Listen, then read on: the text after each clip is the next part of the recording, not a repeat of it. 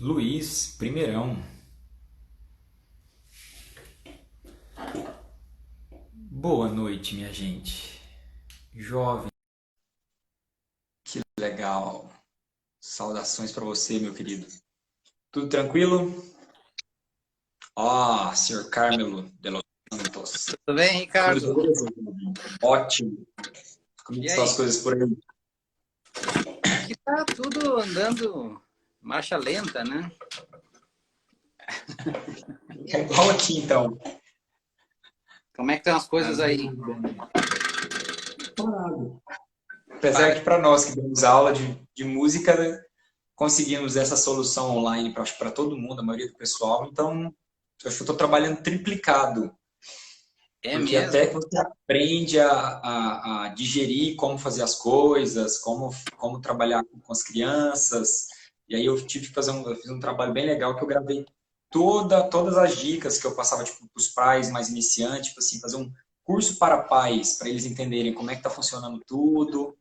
Então nossa, uma experiência bem legal, assim, apesar de tudo que está acontecendo, está mudando a mentalidade de muita gente, né? De como trabalhar, de como fazer isso para se virar na nossa profissão, na parte de educação. Tá bem, mas É, tá interessante. que legal. Tudo beleza, meu querido? E você aí, como é que tá? Como é que Eu estão? ainda tô na. A gente está ainda de recesso na escola, eles deram um recesso maior para a gente justamente. É que aqui não é só uma escola de música, né? É uma universidade, então tem classes que vão ser online, tudo que eles têm que se organizar para isso. Então aqui a gente está ainda. Eu ainda estou pesquisando, estou aprendendo, mas não comecei a dar aula online ainda. Essa semana eu quero começar os meus primeiros alunos. Uhum. Então, por E enquanto, tá... Ó, temos um cara em comum aqui, o senhor Jean de Oliveira, tá vendo? Tem uma galera falando do violino didático, aí é o cara que entende de tudo, né? pois é, o Jean, eu estou assistindo o curso dele, inclusive. Tô no módulo 3 agora Hum. e muito legal. Nossa, eu falei, eu mandei, não é porque ele está aqui, porque eu sei que ele está aqui, mas porque tá sendo muito legal mesmo. Ele colocou muita informação lá. Não sei se tu deste uma olhada no curso dele. Começa amanhã. Aham. Começa amanhã, Sr. Jean, porque ontem e hoje a gente estava conversando com ele também, mas a minha vida aqui ainda é muita coisa para resolver, muita coisinha.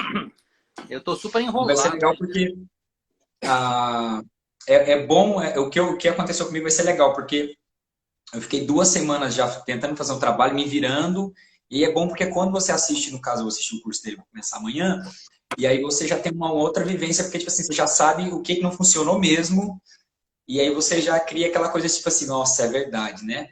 Por que que eu Não, não mas fiz isso antes? Eu aprendi muita coisa na porrada, tá bom? pois é, pois é. Senhor Carmelo, bora começar, porque eu acho que já tem uma galera boa aqui. Boa noite, senhor Anderson. Eu queria começar primeiro agradecendo, né, pelo ter te convidado, você ter aceitado de primeiro, eu fico muito feliz. É um cara que eu admiro bastante, estou muito feliz não só do seu convite, mas de muitas pessoas. Nós teremos, eu comecei isso acho que na sexta-feira da semana passada, assim, vou mandar mensagem para o pessoal, convidar para falar. Na minha área, como é mais a questão de Suzuki, falei, vou conversar com a galera, porque é uma maneira da gente trocar informação, porque nesse momento está todo mundo precisando de boas conversas, de ouvir coisas novas, de aprender, de mudar muita coisa que a gente acha. E foi legal porque a maioria das pessoas aceitaram o Fred Gerling. Nossa, eu fiquei dos mais felizes de falar com o Fred Gerling, foi uma das lives mais legais. E conversei com um punhado de gente, conversei com o Jean, conversei ontem com o Rodrigo. Então, assim, Sim, está sendo muito legal. A gente está recebendo eu ia, não consegui ainda fazer, mas eu vou criar um de frente com o Seude para colocar aqui, ó. Eu vou criar um programa agora, tá bom? Inclusive, o Jean é meu primeiro patrocinador. Não sei se você sabe, a gente vai começar a fazer propaganda. Vai começar a passar assim, ó. Aqui assim. Vai ser bem legal. E a ideia, por enquanto, apesar que eu já vou ter um convidado um pouco mais fora, mais na área musical, mas é sempre fazer o link com educação, com pedagogia, no caso de falar muito sobre Suzuki. E você é um dos caras que eu mais queria falar isso, porque eu posso falar assim, que você é um resultado de um início Suzuki, você ter começado e ter estudado com o próprio Fred Gerling. E é interessante para muita gente ouvir, porque no Brasil a gente tem uma grande grandes mitos que envolvem é que Suzuki é só aquele tanto de musiquinha, que é tocar chocolate quente ali no comecinho, e quem está de fora, que não conhece, não entende, acha que é só aquela coisa iniciante e não fazem o link, que é o que a gente vai tentar falar, de como chegar lá em cima. Então, vai servir tanto para esse tipo de pessoa, para entender onde a gente quer chegar, vai entender para muitos professores de o porquê de cada música, de qual que é a lógica que a gente que dá para se trabalhar e chegar a alto nível, né? Então, essa é a ideia. Eu queria, então, primeiro que você começasse se apresentando, falasse um pouco do seu trabalho, de como você chegou no violino. Eu acho que muita gente já sabe essas coisas, mas é bom porque tem muita gente, uma galera nova que aparecendo por aí. Claro, Então, claro. se conhecer melhor, tá bom? É com você, meu querido, desde já. Muito obrigado. Bora. Eu que agradeço o convite, Ricardo. Eu também sou teu fã aí do pouco que eu conheci a tua escola e o teu trabalho super sério. Então, é um prazer estar aqui na hora. Aceitei sem problema nenhum, sem pestanejar. Olha só, a minha entrada na música, primeiro, se deu pela minha família, né? Eu tenho uma mãe que ela é aposentada, professora de música aposentada. Ela ensinou piano, teoria, canto. Então, eu sempre tive muita música na minha casa. Meu pai é advogado, também aposentado, mas um grande incentivador. O pai dele, o meu avô, já me dava LPs desde pequeno, porque tinha coleção. Eu já ouvia falar assim de Jascha Heifetz quando eu tinha 6, 7 anos de idade. Chrysler. Eu comecei para os parâmetros Suzuki um pouco tarde. Eu comecei quase 10 anos de idade, né? O meu filho, por exemplo, começou com 4 anos, ou 3, quase 4, alguma coisa assim. Então, só que eu já tive uma musicalização antes. Eu tive aulas de musicalização, uma coisa que eu não conto muito, na verdade, mas eu tive alguns anos de musicalização, ou seja, aprendi a ler já antes do Suzuki. A verdade é que eu escutava muita música, né? E já escutava lá do ventre da minha mãe, ela cantava ópera e coisa, eu estava lá escutando aquilo, né? Então, assim, sempre tive muita proximidade com a música e quando eu escutei uma coleguinha tocando violino, vai ser isso aí, porque, sei lá, achei difícil, achei bonito, uma série de coisas clicaram. Assim. Desafiador. É um instrumento desafiador, com certeza. E eu comecei no método Suzuki, numa associação Suzuki, que acho que hoje em dia não existe mais em Porto Alegre. Eu sou de Porto Alegre, para quem não sabe. Então, mas assim, comecei naquele Suzuki tradicional mesmo, de ir pelos livros e ter grupos, aulas de grupo, toda semana. A minha primeira apresentação não foi uma apresentação solo, foi em grupo, né? Então, assim... tinha muito dessa filosofia, né? E era de ouvido, apesar de que eu já sabia ler música. Para mim era fácil. Mas eu ia de ouvido. Eu fui sempre muito de ouvido. E alguns anos depois, eu comecei com um professor de viola, que dava aula de violino. Ele ainda é membro da Orquestra Sinfônica de Porto Alegre. E logo após passei para o Fred Gerling, né? Que tinha experiência Suzuki, já vinda dos Estados Unidos. E... eu não sei dizer exatamente, isso é uma conversa que eu posso ter até com o Fred. Eu tenho uma proximidade muito forte com ele. Eu não sei exatamente o que ele seguiu de metodologia Suzuki comigo. Eu só sei que quando eu fui para ele, eu já estava quase no livro 5, e ele falou assim, não, vem aqui. Comecei do primeiro Twinkle, Twinkle, Laranjada Doce, do início. Eu fiquei possesso, eu lembro daquela sensação, o professor é esse que vai me fazer tudo de novo, né? Eu fiquei bravo, eu lembro daquela sensação. Porque na minha cabeça, eu vou ser bem sincero, eu queria tocar o livro 10 e estar na frente da turma. Era aquela coisa de graus, né? Eu gostaria até de perguntar se é uma coisa estimulada no Suzuki ou não, porque não foi estimulado para mim, mas na minha cabeça era assim, né? Então... comecei tudo do zero com o Fred, mas foi um trabalho super bacana. Eu lembro de ter reaprendido coisas. Ele foi, acho que o verdadeiro professor, no sentido de que ele não me explicava por que eu estava fazendo as coisas, mas eu ia fazendo. E ele foi um grande professor formador.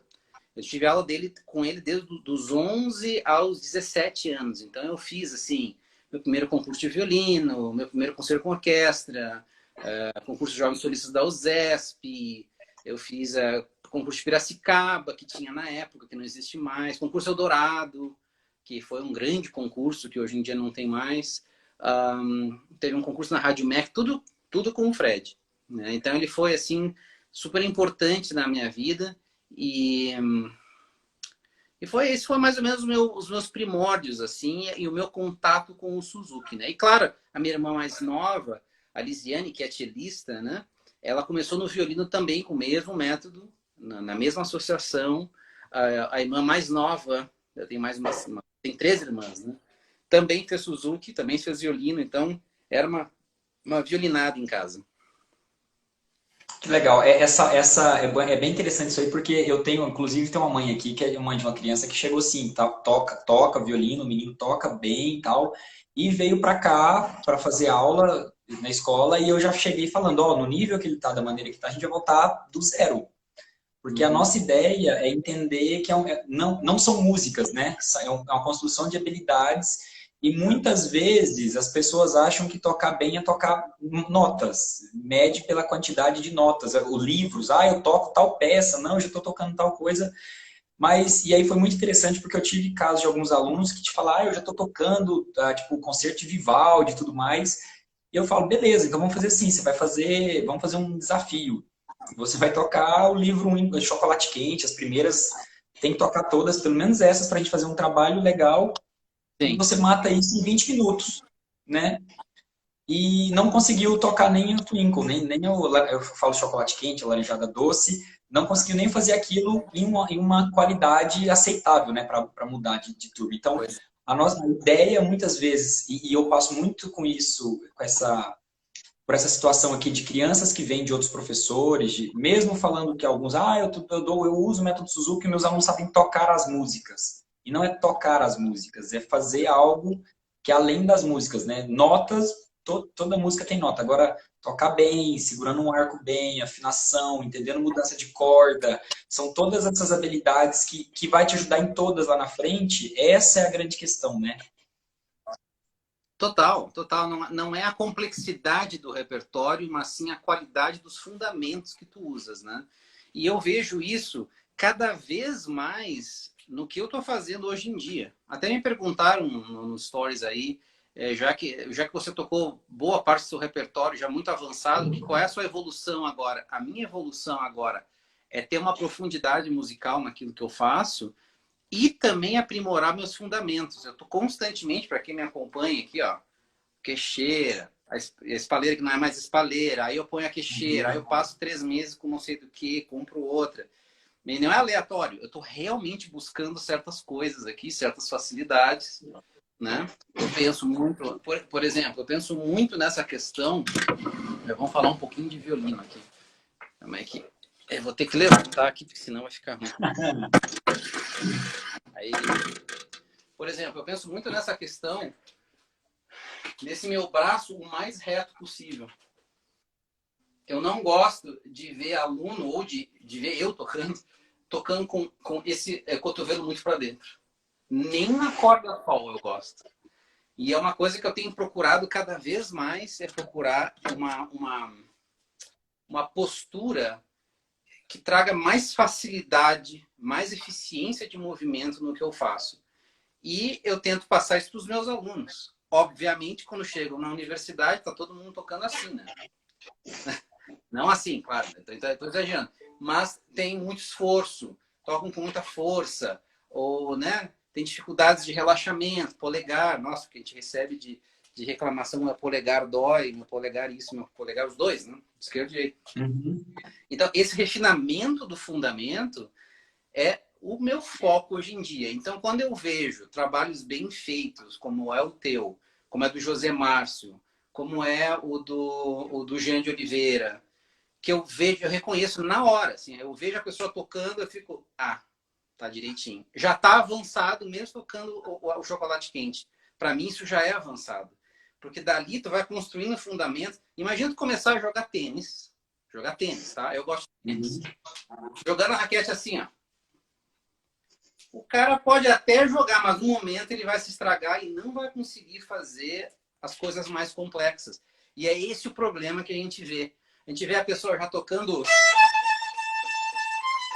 o ar todo assim, e aí como é que tu vai contar para essa criança, ou para o pai e a mãe dessa criança, que não está bem, está conseguindo tenso. tocar?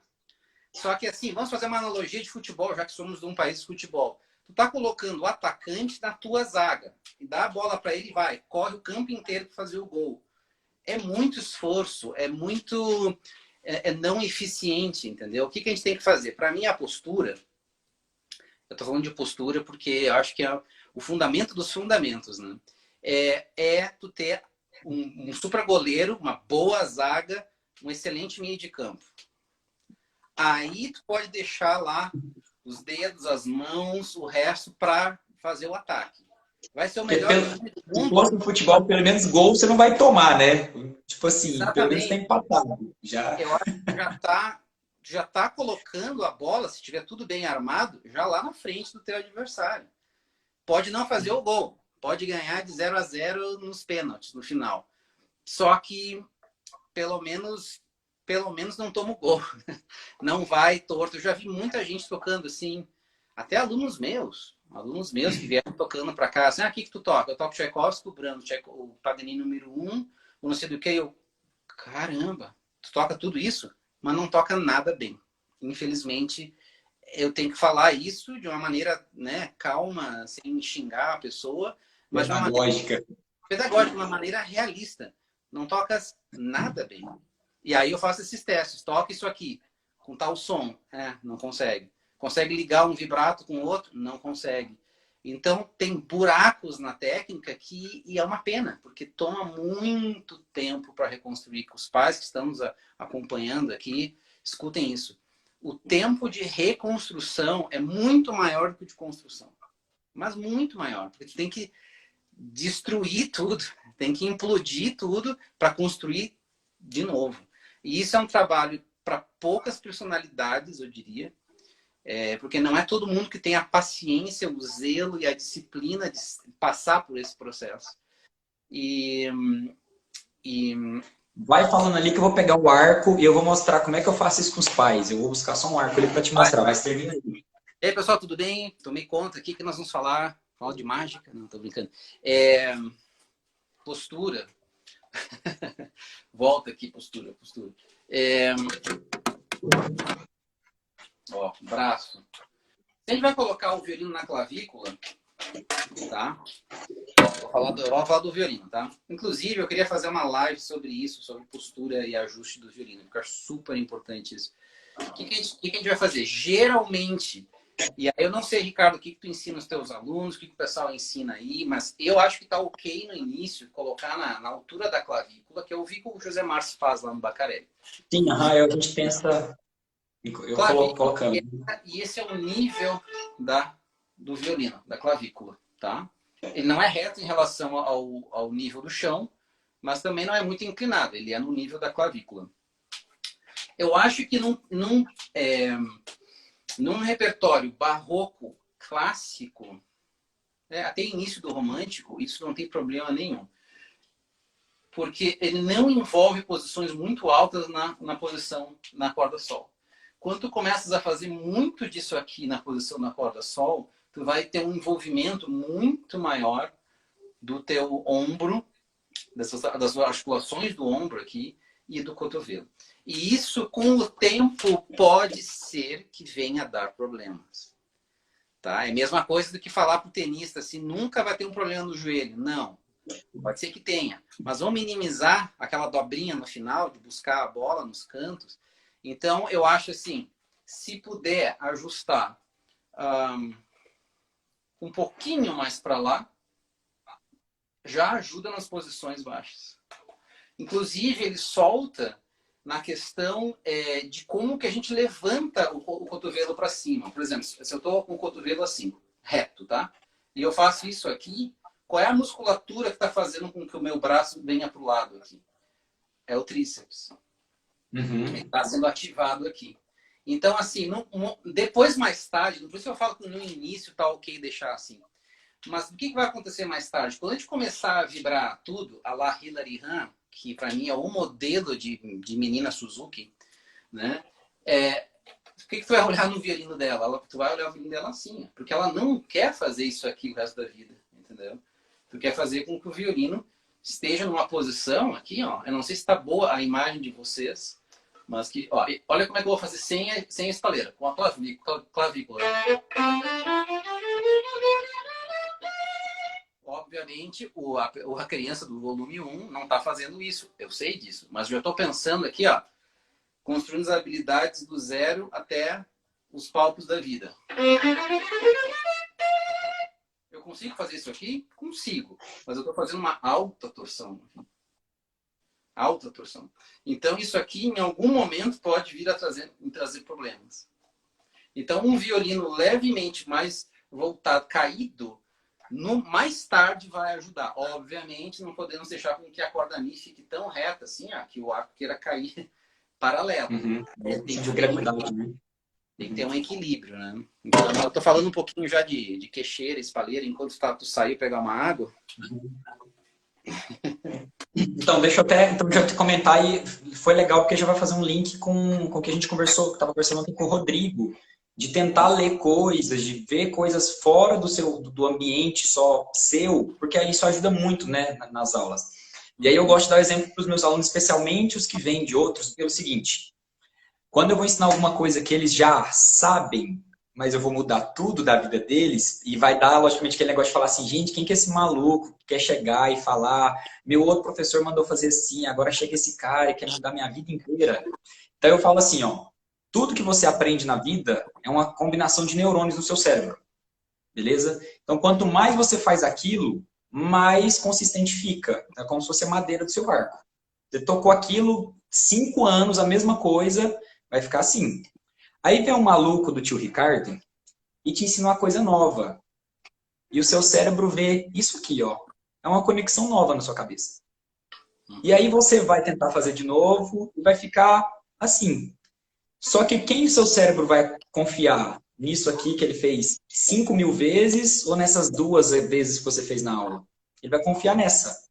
Então, o que a gente tem que mais entender quando a gente está praticando, especialmente essa parte que a gente estava falando de reconstruir algumas coisas, que é o mais complexo, é porque a sua cabeça ela tem alguma coisa para ela confiar e ela tem experiência que aquilo dava certo. E aí vem alguém que quer mudar tudo. Então, a ideia é você fazer tantas vezes que o seu cérebro faz isso.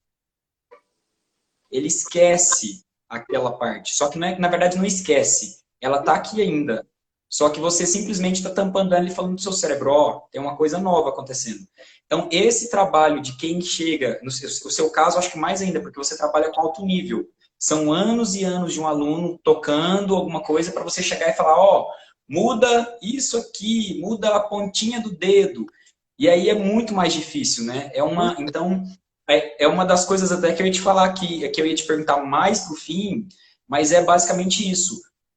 Qual é o objetivo de um professor, vamos falar do meu caso, iniciante, intermediário, e como eu vou falar eu porque que fique registrado nessa live, mas alunos meus irão estudar com você ainda, aí, como é o aluno que eu tenho que te entregar? Porque eu vejo assim, eu tenho a lógica do método Suzuki não é basicamente formar só grandes violinistas, tem toda uma lógica humana de você trabalhar com criar bons cidadãos primeiro, né? Eles que vão simplesmente falar, eu quero fazer faculdade. Eu tenho algumas crianças de 10 anos já falando que querem ser profissionais, então é um trabalho diferente, é muito bonito fazer isso, mas eu tenho que falar assim, onde eu quero que esse aluno meu vai estudar, com quem e como eu tenho que entregar esse aluno. Eu tenho o caso, acho que até você conhece o Lucas Gabriel, que foi um aluno aqui da escola, acho que ele tocou para você já aqui, e hoje ele estuda na universidade já como aluno bolsista. E aí, quando eu converso, já lá como aluno de extensão, né? Ele está com 15 anos, 15 para 16. Tá. Me alcançou em nível, chegou lá nos Mozart ali, eu falei, não, daqui para frente eu não tenho mais. Eu tenho que ser humilde de saber que eu não tenho mais para poder te ajudar. E ele está estudando com o Luciano e está assim, está indo muito bem. E a ideia é essa. Quando eu conversar com o Luciano... É um ótimo professor. E o filho do Luciano está estudando comigo agora aqui. Eu vou colocar o Luciano na linha mais ainda agora. Mas a ideia é, quando eu vou conversar com o Luciano, quando eu vou conversar com o Lucas, é o que ficou faltando. Eu quero ter esse contato como professor aqui embaixo, de fazer uma boa base para quando chegar num professor de alto nível, lá em cima, o que tem que chegar lá para não ter esses problemas, né? Pode continuar no Pizzicato Eu aí, tô, Jovem. eu tô aqui, é que é nervoso mesmo, como a Kiara falou, tudo bem, Kiara? Então, Já responde essa já, jovem. Já fica essa. O que olha, você acha? Ou você quer conversar mais? A gente trocar algumas ideias antes, não, mas é um excelente ponto. É um excelente ponto. Ele é um ponto um pouco filosófico, mas eu acho que é interessante a gente falar sobre isso, porque às vezes a gente pensa assim também. O fulano de tal. Vamos pegar um exemplo bem brasileiro, que eu tenho uma super admiração pelo Guido Santana, que é um jovem aluno da Fukuda, que fez o concurso Menuhin, super, um super talento, tá? Apesar de que a gente não pode falar em talento, assim, mas ele é um rapaz que pega muito rápido. Eu já dei aula para ele no Masterclass, assim, surpreendente a absorção dele, né? Vamos pegar ele, tá? E vamos dizer assim, com 20 e tantos anos, ele deve ter uns 14 agora, uma coisa assim, tu vais fazer concurso para entrar na Berlim, na Filarmônica de Berlim. Vai ser o mesmo questionamento que tu está tendo. O que a Fukuda vai fazer para criar nele hábitos que façam que ele entre na Filarmônica de Berlim? Isso é possível se ela conhecer exatamente o tipo de sonoridade, o tipo de afinação, o tipo de estilo que a Filarmônica de Berlim pede, ele tem altas chances de entrar. Agora, ele entrando ou não entrando não quer dizer que ele é um mau violinista. É a mesma coisa tu me falares assim, tô montando fulano de tal para ir para aí. Ele pode chegar de uma maneira X ou de uma maneira Y, de uma maneira Z. Se é do meu agrado ou não, isso para mim tem pouca importância.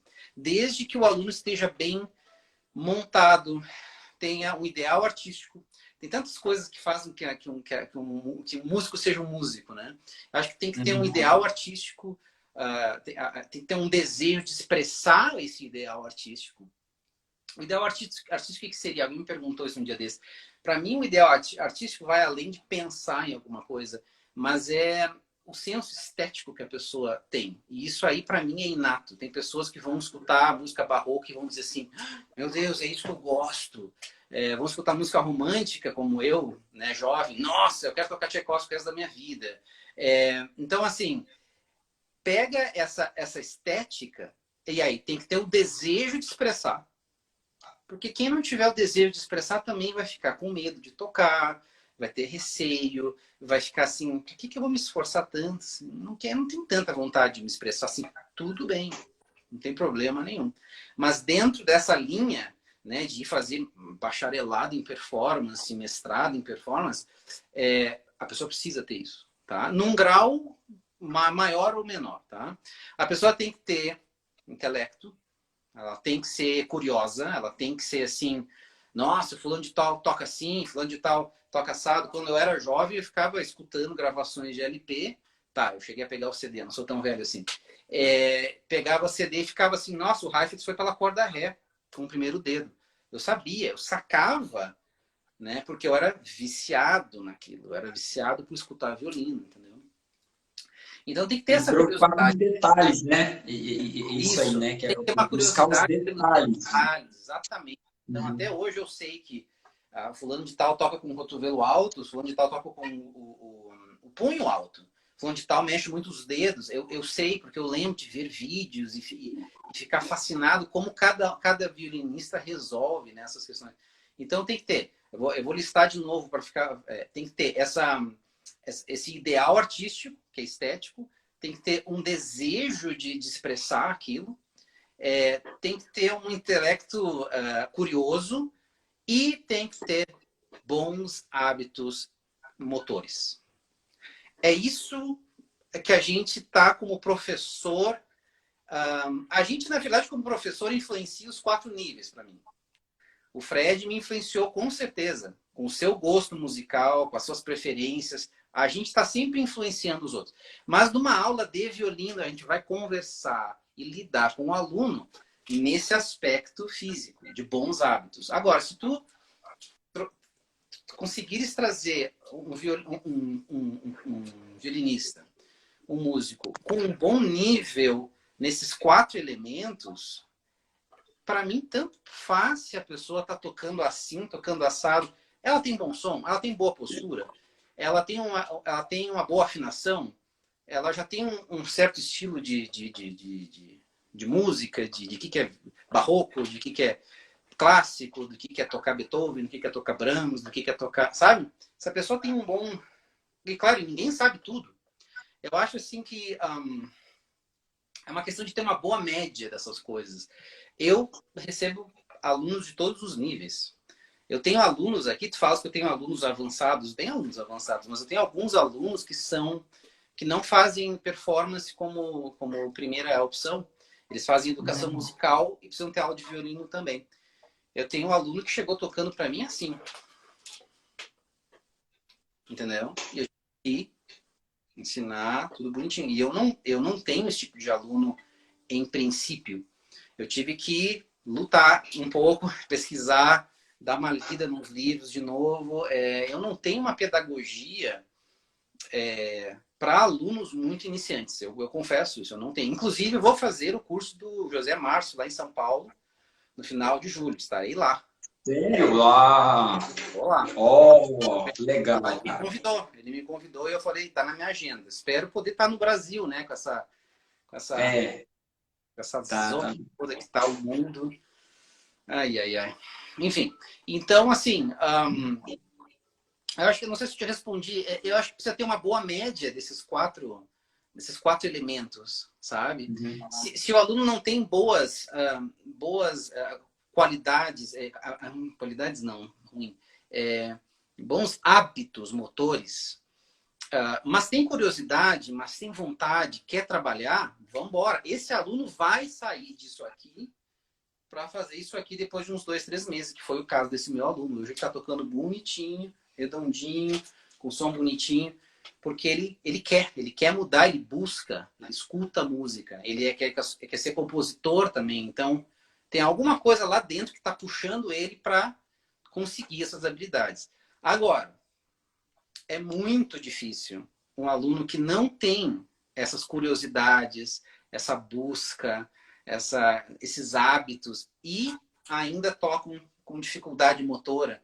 Tu tem que realmente desentortar o aluno e ainda cultivar essa paixão pela música é um trabalho dificílimo. A pessoa assim tem toda a minha admiração quando pega um caso assim. Toda a minha admiração, porque é realmente tentar mudar a vida da pessoa, de redirecionar, né? Porque a verdade é o seguinte, Carlos, não é só violino, como tu falaste, né? Isso aqui, para mim, é um meio de autoexpressão. Então, se tu não conecta isso com isso, com isso, a pessoa nunca realmente consegue se expressar através da música e fazer a sua música. É a mesma obra para todo mundo, no Suzuki mas a gente sabe que cada um toca levemente diferente. A gente nota... E você, como no meu caso, como professor, especialmente dessa questão de criança, porque para muitas pessoas isso é até interessante, as pessoas veem uma coisa muito fechada, né? Ah, não, tem que fazer as mesmas músicas e tudo mais, mas na verdade é uma batalha individual de cada criança e você ajudar ela a vencer desafios através do violino, né? Tem até uma mãe que eu acho que ela está aqui assistindo, a Letícia, e aí, o caso do filho dela foi muito interessante. É uma criança extremamente tímida, extremamente. E no nosso primeiro recital, que ele subiu no palco para tocar corda solta, ela duvidou que ele ia subir no palco. Falou, meu filho, para ela sair da sala, ele ia atrás. Ele não conseguia ficar com outras crianças. E de repente a criança vai, sobe no palco sozinha, toca bonitinho, agradece, desce, uau. E aí o Fábio dos Santos esteve aqui agora para dar o curso de Filosofia Suzuki. E eu convidei ele, eu tô desde o ano passado. Fulano, você vai tocar, você quer tocar com um professor na frente do cunhado? Gente, eu não, ele deve ter uns 5 anos. E a gente foi falando, cara, você vai fazer o melhor, porque vai ter um punhado de gente vai estar assistindo, vão aprender com você e tal, tal, tal. E essa criança entrou para tocar. E primeiro ele não quis, e quando ele viu aquele tanto de pessoas, ficou com vergonha, e outras crianças tocaram antes dele, então ele viu que aquilo ali ia ser, não era tão assim. Quando ele terminou de tocar, eu acho que o Fábio entrou aqui, não sei se ele está aqui ainda, e foi muito interessante porque ele terminou falando assim: Fábio, você não quer ir lá na minha casa, não? Ele mora numa chácara, vai ter uma festa do pijama. Nem eu ele não tinha convidado, convidou o Fábio. Ou seja, para a gente, para professores, isso é uma coisa muito interessante porque eu não estava preocupado com ele tocar a peça. Estava preocupado em ajudar ele a vencer timidez, a criar essa ideia tipo assim, de estar no meio de outras pessoas e entender que nem sempre você vai ser julgado. Ó, a mãe falando aí. Ó. Então, assim, essa é a ideia para a gente que está aqui embaixo, muitas vezes. Os alunos que querem realmente falar, eu vou ser profissional e tudo mais, é um trabalho, vai ficando um pouco diferente, mas para a gente é basicamente que ele faça do violino, como você falou, uma autoexpressão para muita coisa, né? Então, é uma vitória para um professor que o aluno faça isso, simplesmente Eu subir vou te no dar um palco, exemplo que talvez tocar seja... para 300 pessoas com 5 anos, com timidez, ganhei meu ano. Foi isso que é o legal. Exatamente, né? Vencer esses medos, né? Eu tenho, bom, o caso do meu filho, né? Meu filho está com 11 anos agora e ele sempre teve muita dificuldade de foco, muita dificuldade a ponto que a gente achou que ele tinha mesmo um déficit de atenção, não tem. Ele chegou até a tomar remédio por uma época, não resolveu, era uma questão, hoje está ótimo, tá? Mas assim, sempre foi assim. A gente ficava assim, ele não queria subir no palco, aquela coisa, ai, ai, ai, não quero. Quando senta no palco, pá, pá, pá, pá. Aí tu fica assim, como é que pode? Na hora, Trocaram o menino lá atrás da cortina. pá, dá uma ligada no cérebro e tudo. É incrível isso. Então, assim, por mais que ele não, lá, na verdade, por mais que ele não ame tocar violino como eu amava estudar horas por dia, faz bem para ele o palco, porque o palco é uma maneira dele se concentrar e focar e se comunicar através daquilo, né? Ele se comunica. Então, assim, foi muito legal. Eu tenho um outro caso que é o outro extremo, talvez seja o meu aluno mais premiado, digamos assim, que é o Phoenix Avalon, que ele ganhou um concurso, inclusive, esse ano passado, né? No final do ano passado, internacional. Está estudando na Juilliard com o Perelman, tem um super nível. E ele estudou aqui comigo dos 8 anos aos 14, que foi. É, mais ou menos isso. Então eu fiz a formação dele mesmo. E eu lembro que um dia eu me dei conta do seguinte, ele não estava precisando mais de violino. A motricidade dele era fantástica. Era assim, tipo do Guido também. Pega, faz isso aqui, faz isso aqui, faz. Não tem que pensar muito, não tem que falar muito. Aí eu me dei conta que ele tinha alguns bloqueios musicais de expressão. Aí eu pedi para a mãe dele, tu pode trazer o Phoenix, ele morava em Santa Fé, que fica uma hora daqui. Traz ele aqui num sábado de manhã, deixa eu passar aqui, eu tomo um café da manhã com ele, aqui em família, depois eu levo para a escola, te dá uma caminhada, almoça, aí no final da tarde tu pegas ele. E claro, ela tinha total confiança em mim. Nossa, foi muito legal. Porque eu comecei a conversar com o menino, entender o menino, as dificuldades, ele é muito tímido também. Botei um monte de gravação, mas eu coloquei assim o melhor do melhor do melhor de repertório ligado com os melhores intérpretes que eu tenho na minha concepção. Coisas assim que tu tem que garimpar em YouTube. E aí a gente almoçou e conversar, falei sobre empreendedorismo para ele, carreira, como é que funciona a questão de tocar com orquestras. Eu dei um aulão de coisas para ele Da vida, né? da vida. Ele precisava de coisa de vida. Ele não precisava de violino. Ele precisava entender como é que encaixava a música com a sociedade e as coisas, né? E eu acho que foi um dia que deu um clique muito legal nele, porque depois ele começou a entender as coisas muito melhor. Às vezes eu dou ainda dou um apertão de orelha nele, porque ele não aparece no Instagram, né? O cara ganhou um concurso internacional, não põe nada no Instagram, eu fico assim. Mas enfim, porque hoje em dia precisa, né? Não basta ser bom, tem que mostrar que é bom. Porque Quem não senão é visto não é lembrado. Isso é também tem que importante. fazer. Tem que fazer. Então, alguém perguntou, a Janine falou, conversas. É isso aí. conversar, o aspecto humano. E acho que é até legal de fazer essas lives. Eu também tenho feito, desde que eu cheguei do Brasil a outra semana, feito lives diárias, que é justamente a gente manter esse contato, né? Porque não é só violino, não é só tocar. É esse aspecto de, o Carlos está com 43 anos e ele ainda está buscando isso, isso, isso, isso. Quando o Fred era assim, quando ele tinha 43 anos e eu tinha 15, 14, eu notava isso, mesmo que não fosse uma coisa palpável e eu conseguisse entender conscientemente. Eu noto que o Fred tem uma paixão pelo instrumento, paixão pela música, paixão por fazer aquilo, sabe?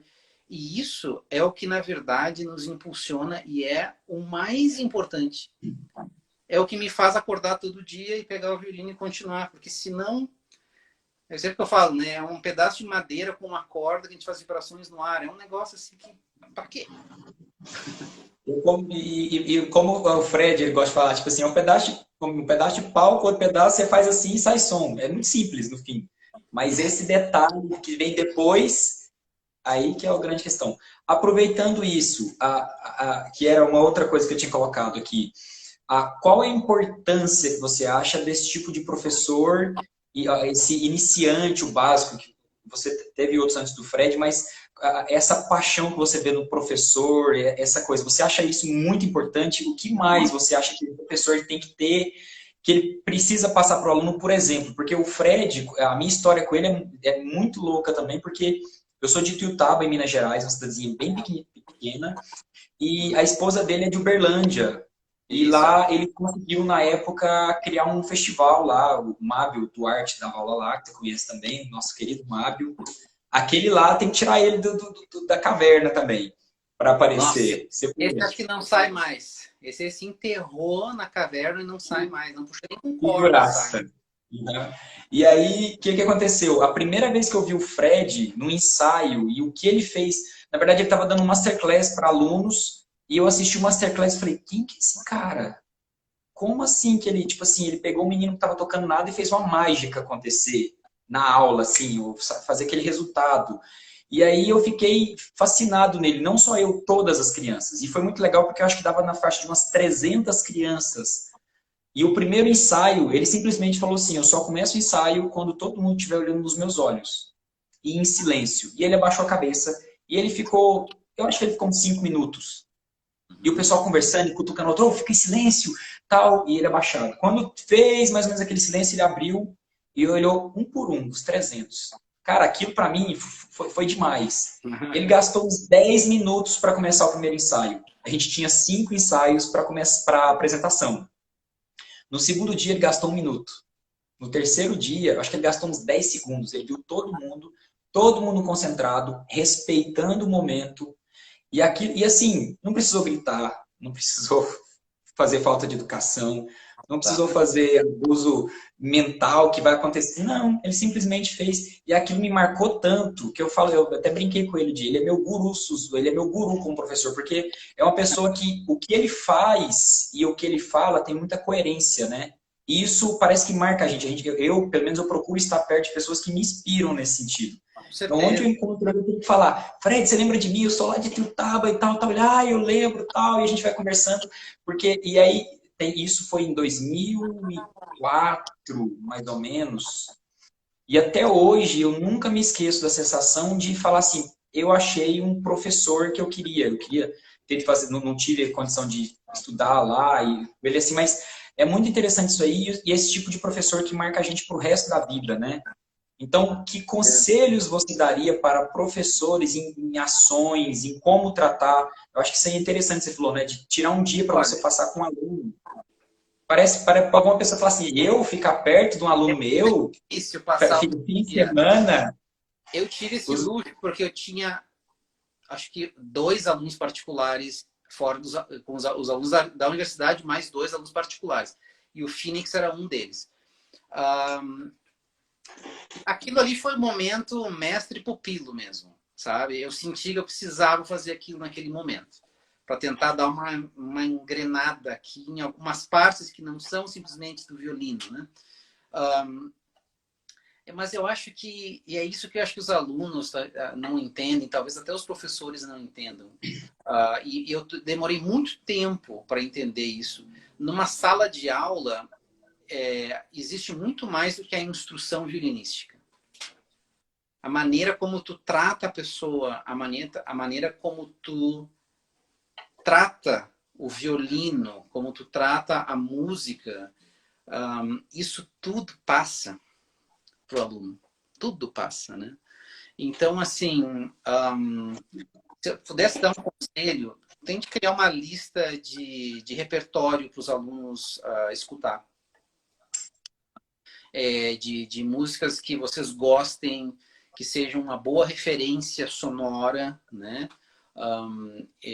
Estilística também. É meio difícil dizer assim, se apaixone pela música, né? Mas eu acho que é isso que a gente tem que ter, né? Tem que ter essa paixão. Eu não sei como é que vai dizer pra uma pessoa apaixone-se. É difícil de dizer isso. Mas eu acho que a gente tem que ter esse respeito pela música acima de tudo. Que não seja uma arte técnica, simplesmente. Ela envolve tanta a parte técnica como a parte expressiva. Então, assim, sempre tente buscar qual é a expressão. Obviamente que são as habilidades mais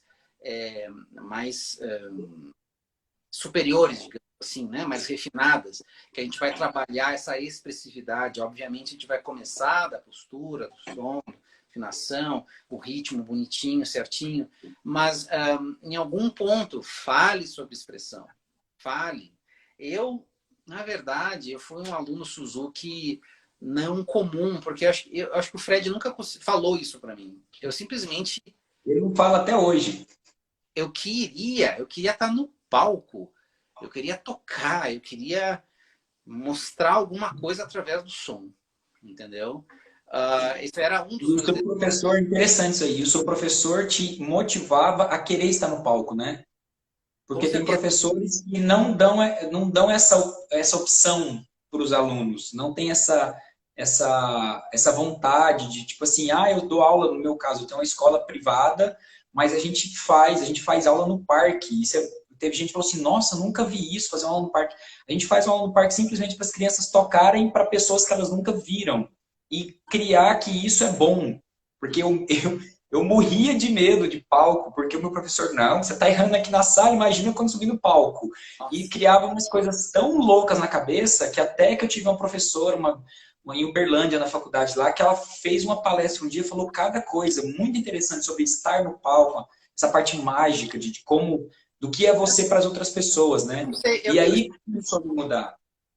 não, é que eu escuto algumas pessoas falando assim, que dar aula é uma doação, mas que estar no palco é uma maneira mais egoísta de levar a música. Eu fico assim, tu pode ser egoísta no palco e fora do palco. A questão de ego não é essa. Eu acho que o objetivo da música é a comunicação. Pode ser até aqui, no Instagram. A gente está se comunicando. A pessoa quer tocar, toca alguma coisa e posta. Isso já é comunicação. Mas, assim, é o comunicar-se através de sons. Eu acho isso fundamental em qualquer nível. Então, assim, sempre estimule né, o aluno a tocar. Isso, para mim, até é uma coisa difícil de conceber, Ricardo. Falar isso, para mim, é uma coisa, assim, séria, que tem gente que não quer que os alunos toquem.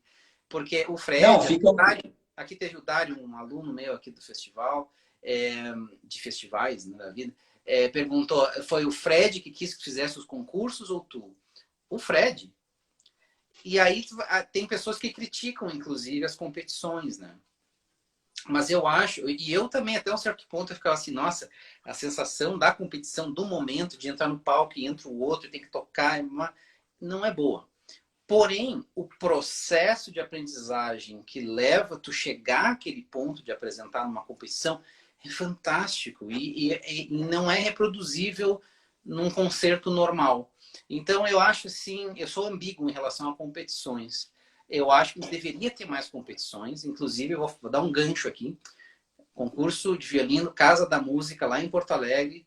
Há 2 anos atrás eu fui presidente da banca das modalidades mais avançadas, são 5 modalidades. Esse ano vai ter de novo, vai ser em outubro. Eu pretendo estar lá de novo como presidente da banca. Não é pelo dinheiro, não é pelo ganhar o primeiro, segundo, terceiro prêmio. É, é preparar o aluno para ter essa ética musical. Se preparar e tocar, né? Eu acho super importante isso. Mas, E enfim, ser julgado, né, nesse sentido, né? eu acho que é bom, eu acho que é bom, eu acho que eu acho que ensina muita coisa. Eu vi muita gente boa, excelente, assim, tipo, que realmente tá estudando fora do país nesse momento, que fez o concurso lá e foi assim, lá, chegou na hora e não saiu. Por quê? Porque é naquele momento que as coisas têm que estar alinhadas, né? Então, se as coisas não são bem alinhadas naquele momento, não funcionam. Elas não funcionam, entendeu? Então, eu acho como um treinamento dessa autoexpressão, um concurso uma coisa muito boa. Um concerto, mesma coisa. Prepara o aluno para tocar um concerto. Ah, o aluno não tem tanto interesse, de repente, deixa o aluno tocando em grupos. Deixa o aluno, né, mas que se apresente, que mostre, que tenha essa sensação de, eu consegui fazer um trabalho e apresentei esse trabalho. Nossa, que legal demais. Eu também, essa questão do concurso, eu acho uma ideia muito interessante por causa disso, porque não é tocar, é você preparar para aquilo, né? Mentalmente, eu acho que é um ganho muito forte para um adolescente, para uma criança, de você falar assim, a gente vai se preparar para um momento, é De para 10 aquele. minutos. E a música tem isso, né? Uma arte que no tempo ela é ali, não é um quadro que você pode voltar lá e falar, que bonitinho, não, é agora. Você prepara para aquilo. A Kiara, Chiara tá reclamando. Vai, Chiara. nossa, Responde a gente. pergunta É que porque a eu gente está conversando demais aqui. Ela perguntou se você tem alguma experiência de dar aula para o seu filho. tenho esporadicamente. Esporadicamente. Eu sou um professor muito bonzinho com meu filho. Eu acho que está tudo lindo, tudo maravilhoso. Sou péssimo professor para o meu filho. Eu tenho, para quem não sabe, eu faço mágica também. Eu tenho uma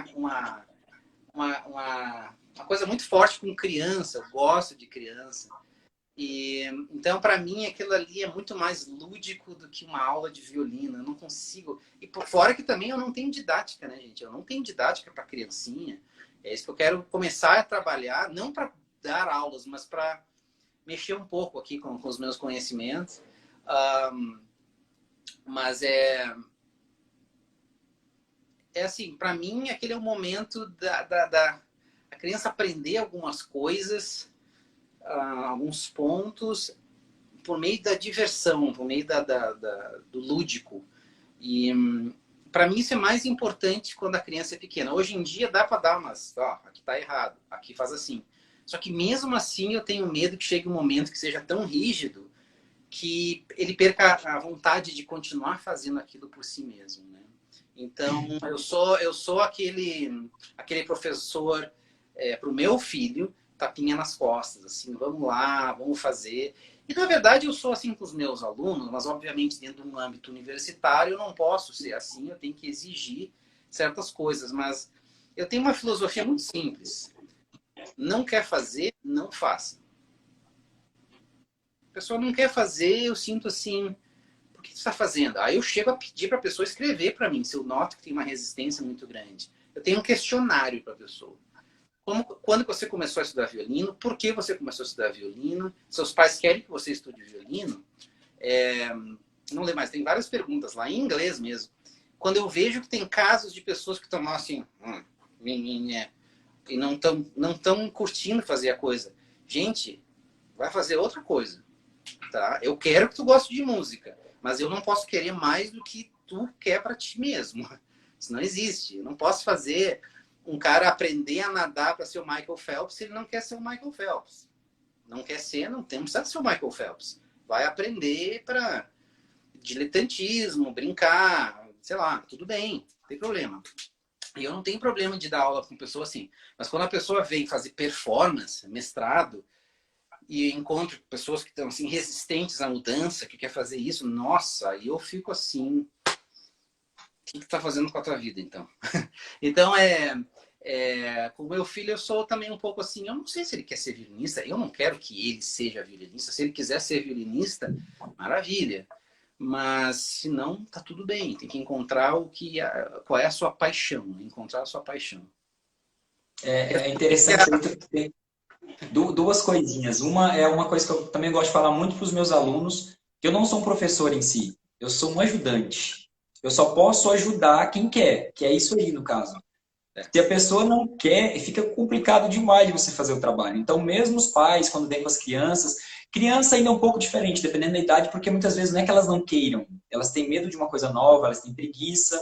Então, você tem que fazer uma maneira como um bom professor para ganhar ela. Você tem que saber, e aí eu até gosto de falar que eu não brinco de dar aula, a minha aula é divertida, é legal, mas é uma coisa séria, então a gente não pode ficar. Porque acaba que brincar, o lúdico, você tem que saber usar no lugar certinho, né?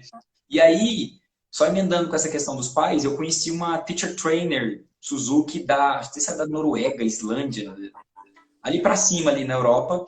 E a gente conversando algumas coisas que eu estava tirando dúvidas com ela, e ela me perguntou se eu tinha filho.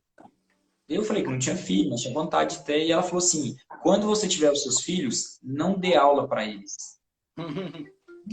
Por quê? Porque quando você é músico, e aí é o caso, por exemplo, vou falar pelo Luciano Pontes, que o filho dele está estudando aqui na minha escola. Nós, músicos, a gente tem que saber muito bem separar o que é o caminho do resultado.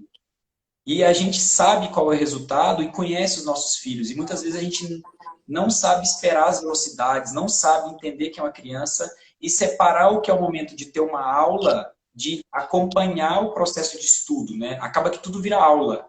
E isso não é o mais real. A ideia é uma aula e estudo, você praticar aquilo, né?